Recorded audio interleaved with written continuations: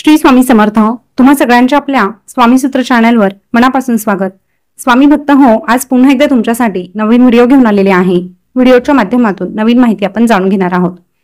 ज्या व्हिडिओमध्ये जी माहिती जाणून घेणार आहोत ती अर्थातच गुरुपौर्णिमेनिमित्त आहे. कारण उद्या 10 जुलै 2025 रोजी गुरुपौर्णिमा आहे. गुरुवारचा दिवस आहे. खूप शुभ असा योग जुळून आलेला आहे. गुरुवारच्या दिवशीच गुरुपौर्णिमा आलेली आहे. कारण गुरुवारच्या दिवशी आपण स्वामींची, आपल्या गुरूंची सेवा करत असतो आणि गुरुपौर्णिमा म्हटलं तर गुरूंचाच मोठा सण आहे.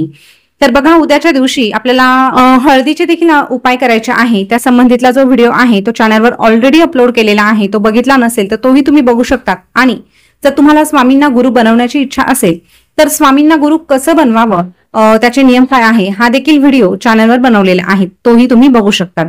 तर आता आजच्या व्हिडिओमध्ये आपल्याला स्वामींना एक नारळ अर्पण करायचा आहे. ते खास एखाद्या इच्छापूर्तीसाठी असणार आहे. या व्यतिरिक्त दुसरी गोष्ट म्हणजे स्वामींना आपल्याला एक भेटवस्तू देखील द्यायची आहे. आणि तिसरी महत्वाची गोष्ट म्हणजे स्वामींना नैवेद्य कुठला दाखवायचा आहे याबाबत आपण सगळा काही व्हिडिओ बनवलेला आहे. तर बघा, सगळ्यात अगोदर स्वामींना जे नारळ अर्पण करायचं आहे ते कशा पद्धतीने, कशासाठी, कोणी अर्पण करायचं हे जाणून घेऊया. तर बघा, आता स्वामींना जर तुम्ही गुरु बनवणार असाल तर तो नारळ आपला वेगळा असणार आहे, हे लक्षात घ्या. आणि हा जो इच्छापूर्तीसाठीचा जो नारळ आहे तो वेगळा असणार आहे, हे देखील लक्षात घ्या. तर इच्छापूर्तीसाठी जर तुम्हाला नारळ अर्पण करायचा असेल तर एक नारळ आणायचा आहे. तो सोलायचा नाही, तसाच नारळ घ्यायचा आहे. आणि जो कलावा मिळतो, लाल पिवळा रंगाचा एक धागा असतो, तो आणायचा आणि तो त्या नारळाला 7 वेळेस गुंडाळायचा. स्वामींच्या मठात किंवा केंद्रात हा नारळ घेऊन जायचा. आपल्या दोन्ही हातांमध्ये तो नारळ पकडायचा. स्वामींना मनोभावे प्रार्थना करायची की स्वामी, माझी अमुक अमुक इच्छा मी ह्या नारळावर सांगितलेली आहे. हे श्रीफळ जे तुम्हाला अत्यंत प्रिय आहे, असं हे नारळ, असं हे श्रीफळ मी तुम्हाला अर्पण करत आहे. माझी अमुक अमुक इच्छा आहे आणि त्या इच्छापूर्तीसाठी मी देखील अतोनात प्रयत्न करत आहे. तर तुम्ही माझा हा जो काही नवसाचा नारळ आहे त्याचा स्वीकार करावा आणि माझ्या इच्छा पूर्ण होण्यासाठी तुम्ही मला मदत करावी. बघा, एखादी इच्छा पूर्ण होण्यासाठी आपले स्वतःचे प्रयत्न देखील गरजेचे आहे. विद्यार्थी असेल तर त्याने अभ्यास करणं गरजेचं आहे. पैसा हवा असेल तर नोकरी व्यवसाय करणं गरजेचं आहे.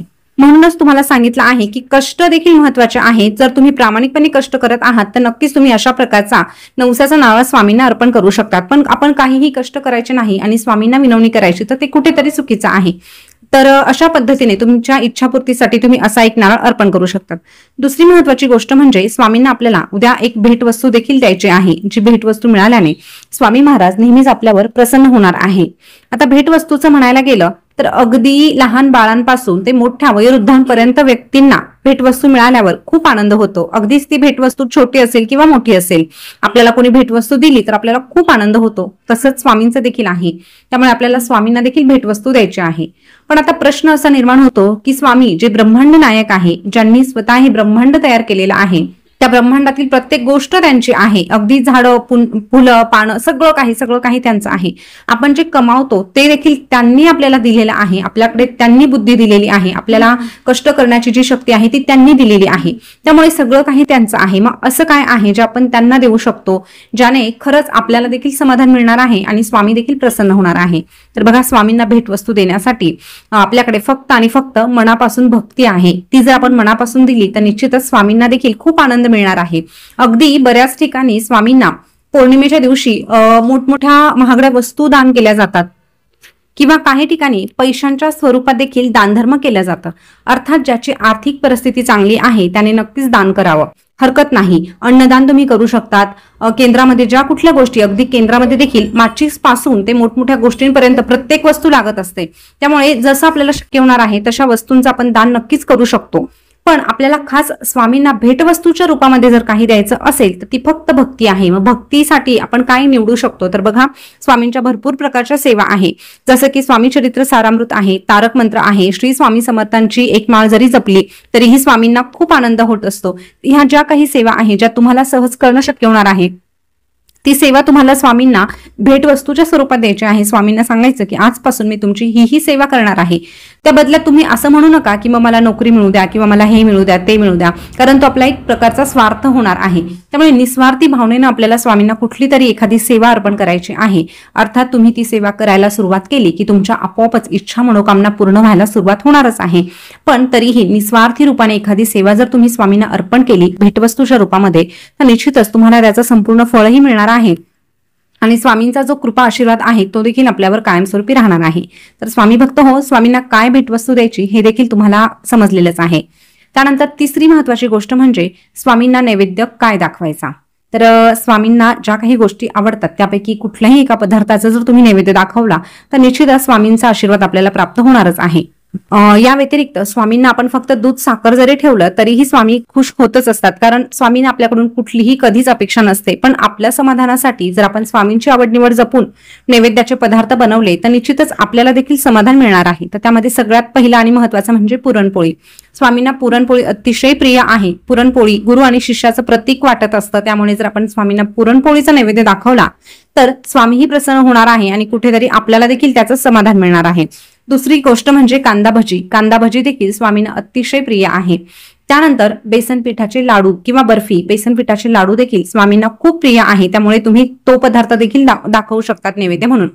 त्यासोबतच केशरी दूध म्हणजे दुधामध्ये थोडीशी केसर टाकून दूध घालून जर आपण स्वामींना ठेवलं तर ते देखील अतिशय प्रिय आहे, त्यामुळे तुम्ही केशरी दूध स्वामींना अर्पण करू शकता। त्यासोबतच घेवड्याची भाजी। बघा, घेवडा म्हटलं तर दत्त महाराजांना अतिशय प्रिय आहे। घेवड्याचा जो उल्लेख आहे तो आपल्या गुरुचरित्रामध्ये 18व्या अध्यायात आपल्याला पाहायला मिळतो।